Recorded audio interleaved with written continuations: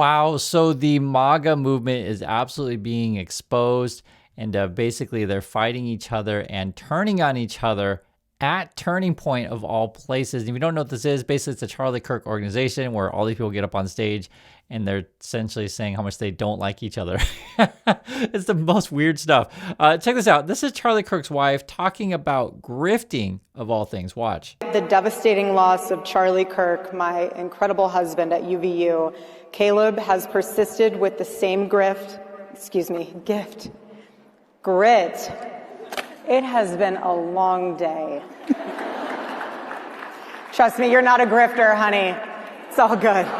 Trust me, you're not a grifter, honey. This is what the discussion starts at. And I'll say this. It is hard to keep the lie going forever, right? People are seeing through Donald Trump's lies. People are seeing through the Turning Point lies. And check this out. This is Jesse Waters describing like a backstage kind of, how do you want to say it, relationships that he has with other people over at Fox News and otherwise. You want to see the rendition of the big, beautiful ballroom? I said, sure, let me see it. He rolls the whole thing out. And guys, I don't know if you know this, the ballroom is huge. Like, I said, Mr. President, the ballroom is 4 times the size of the White House. He said, Jesse, it's a monument. I'm building a monument to myself because no one else will.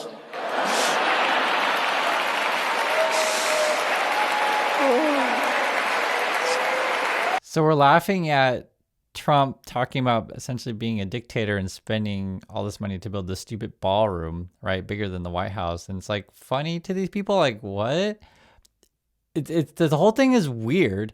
And then now you're going to hear Jesse Waters talk about his relationship and sort of how they relate to each other on Fox News. The whole thing is whacked out. And it's all live and in public. Watch. So a couple of weeks after, we were at the White House for the Medal of Freedom ceremony for Charlie, where Erica received it so gracefully. And I walk in, I see O'Reilly. And then I see Tucker on the other side. And I'm like, wait a second. These are the 3 guys at 8 o'clock. I got to get a picture. So I go over to Tucker. I said, Bill's over there. We got to get a picture. He said, okay. So I bring Tucker over to kind of like the middle. And then I go over to Bill. I said, Bill, Tucker's over there. Like, we got to get this picture. And he goes, you bring Tucker to me. He big-footed him. So I go tell Tucker to come over, and Tucker's laughing. And we go over, we take a picture with Bill. And then Beck comes in. So it's like me, Beck, Tucker, O'Reilly. The legends. And I just want you to listen to this stuff, okay? You're there to inspire people. You're there to bring people together. And all you're doing is talking about, oh, yeah, I talked to Trump and he's building this massive ballroom and he wants a monument to himself.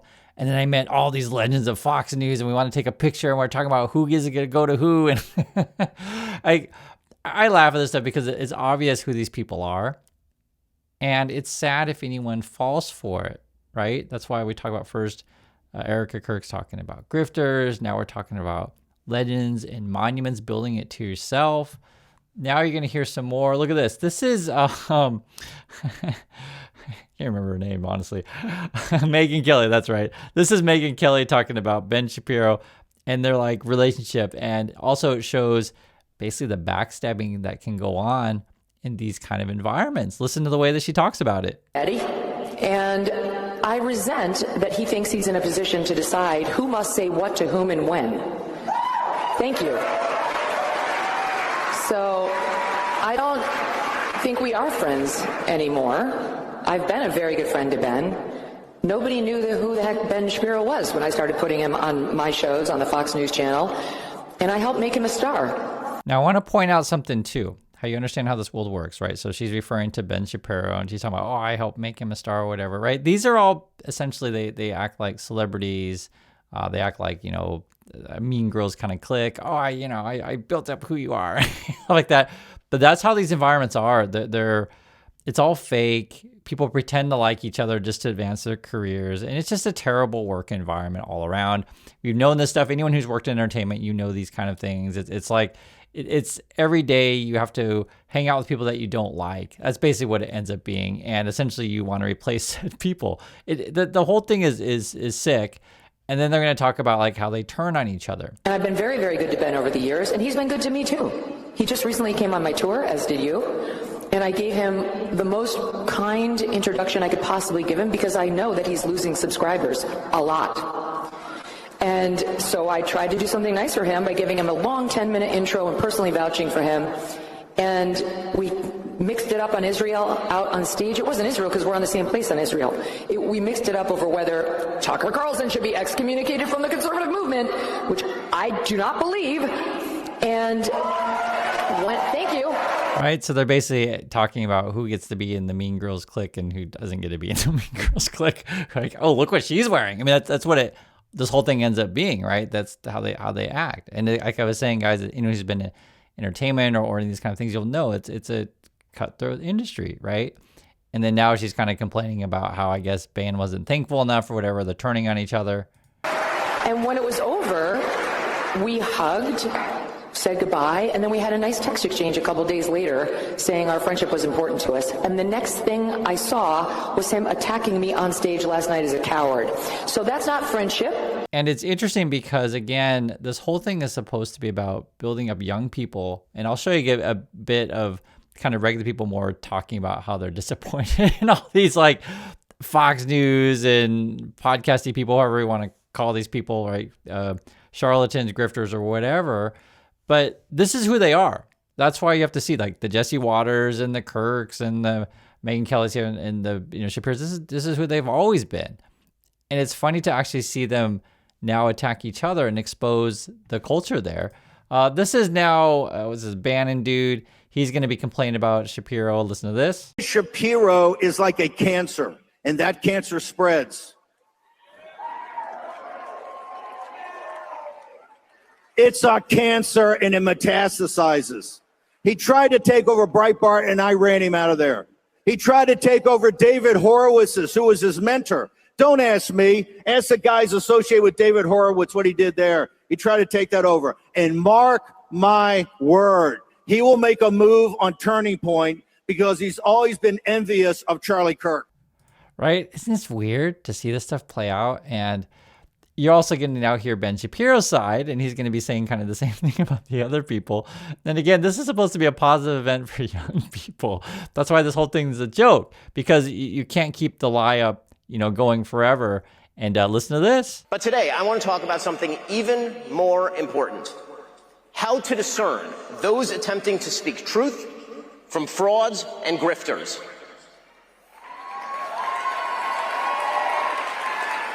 Because something is new.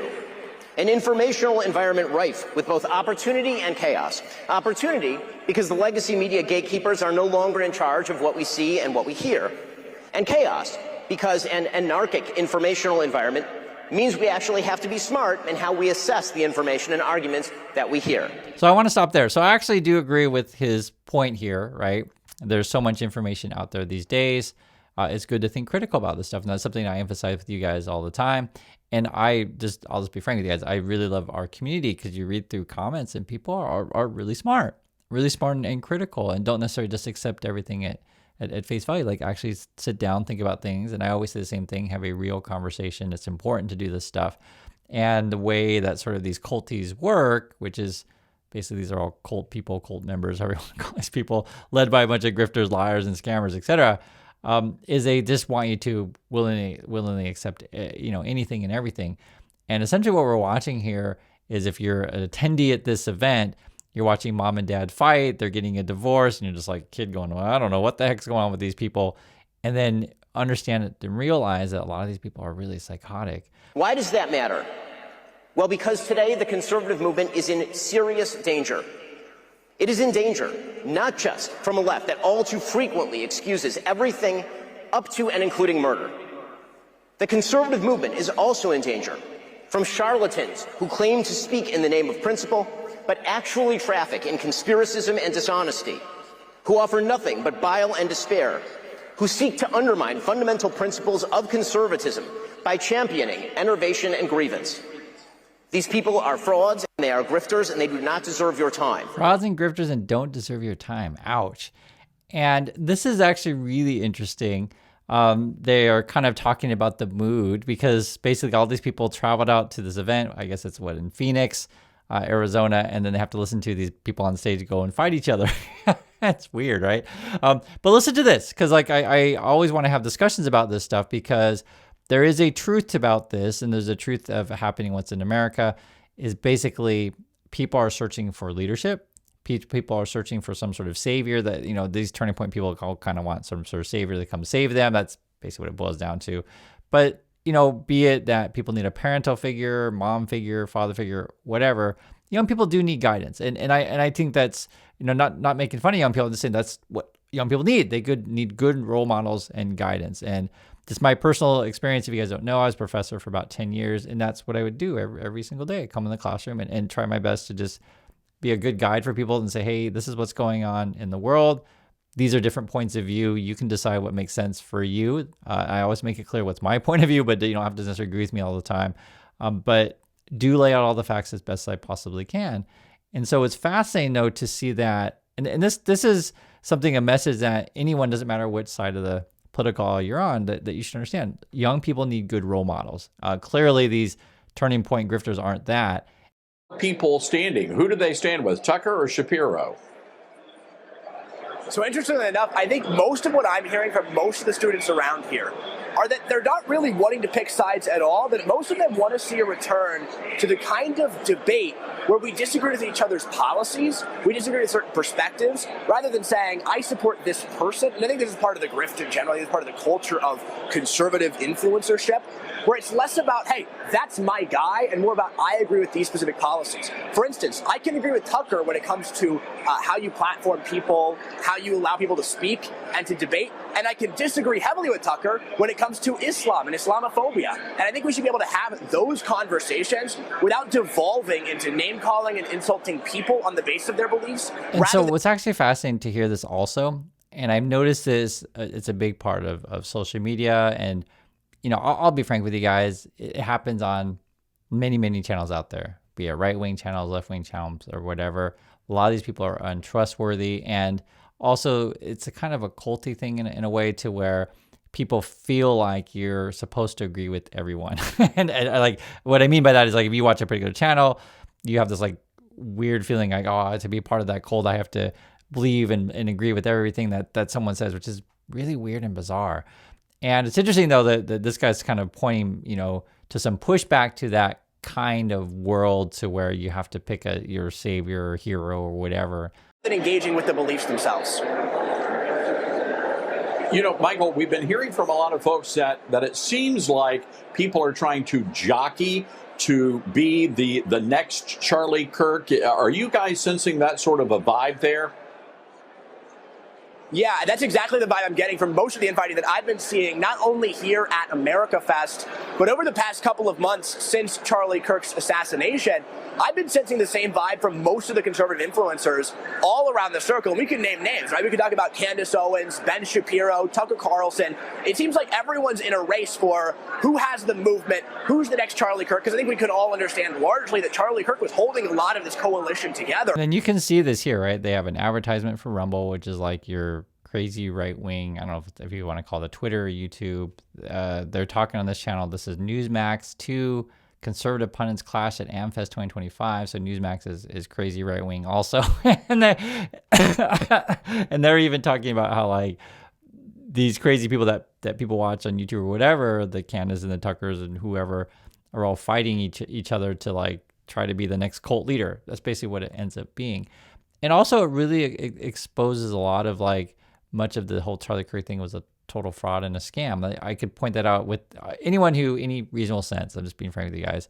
If you watch any of the old Kirk videos, just a couple minutes of it, you figure out very, very quickly. It's very similar with any of these people.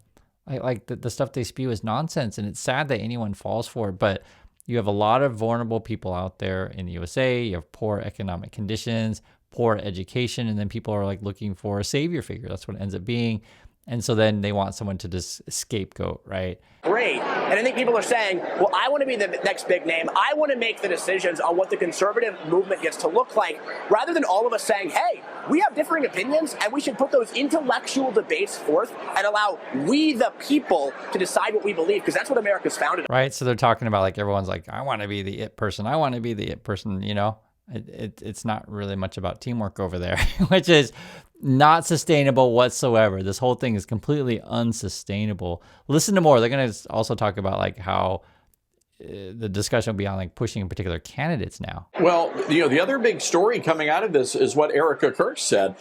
She has endorsed J.D. Vance to be the next president to run after Trump leaves office. And what's really interesting about that, you now have states like Tennessee, for example, that are going to be making sure that there are TPUSA chapters on every school campus. Are those going to be TPUSA chapters, or will those be campaign headquarters for a J.D. Vance presidency? Right, and I want to be honest about this because I'm incredibly frustrated by what I'm seeing come out from Turning Point right now. Turning Point was supposed to be an organization that allowed people to come together, to have a sense of community, right? I grew up, you know, I was going through high school and college when Turning Point was really growing, and I remember hearing about how it was supposed to be a community, that we could get together, that we could debate beliefs and hear from things. And the reality is that what we're seeing now from Turning Point, where they're saying, oh, this is going to be the president 3 years from now who has very limited experience, is a very different perspective from the Turning Point that I think we're all relatively accustomed to. And I'm actually quite dissuaded by that. I'm actually quite discouraged to see that the direction that Turning Point is attempting to go, because that's never what Turning Point was intended to be. And that's pretty striking criticism, actually, right? And this is something that I warn you guys about also. It's not just these right-wing channels, the same with left-wing channels. If they start pushing you a particular candidate, I think it's a real problem, because democracy, hey, you should have a right to decide whoever you like, right? And this idea that, okay, so we're going to put all of these Turning Point, you know, chapters, or we want to call it, at various universities and start pushing particular political candidates is frankly nuts. And young people, like, you know, many young people out there, they're just searching for answers to try to make sense of all this chaos in the world, because there's so much information. People tell you a bunch of stuff every day. And I always say the same thing, guys. In this day and age, you can easily look up anything. And if someone consistently tells you stuff that's just frankly untrue, don't believe them, right? You can look up anything these days. It's so easy to fact check anyone or anything. And please do it all the time. And then going back to, say, the picking of political candidates, yeah, it's kind of weird, like, what, you know, I guess we're already deciding that Trump's on his way out, right? Certainly looks that way. But then that, I guess, J.D. Vance is your person, and then therefore don't look at anyone else. That stuff's weird. If this quote thing was really a sincere movement, you would just be teaching kids like pretty general stuff of like, hey, you know, work hard, be kind to your neighbor, this kind of stuff, because I think it's supposed to be a Christian thing also. And it just really focuses on building up people's character. And what it ends up being, though, it's a political push for particular candidates, and then it's a fight at the top of who gets to dictate said things and be the, you know, king or queen maker, however you want to say it. And then when you look at behind the scenes of all these people, they're just a bunch of, you know, celebrities and mean girls. That's basically what it is. That's my thoughts on this. I'd like to hear yours. Again, these people completely expose themselves, and I hope more people can see right through their nonsense. And I'll catch y'all in the next video.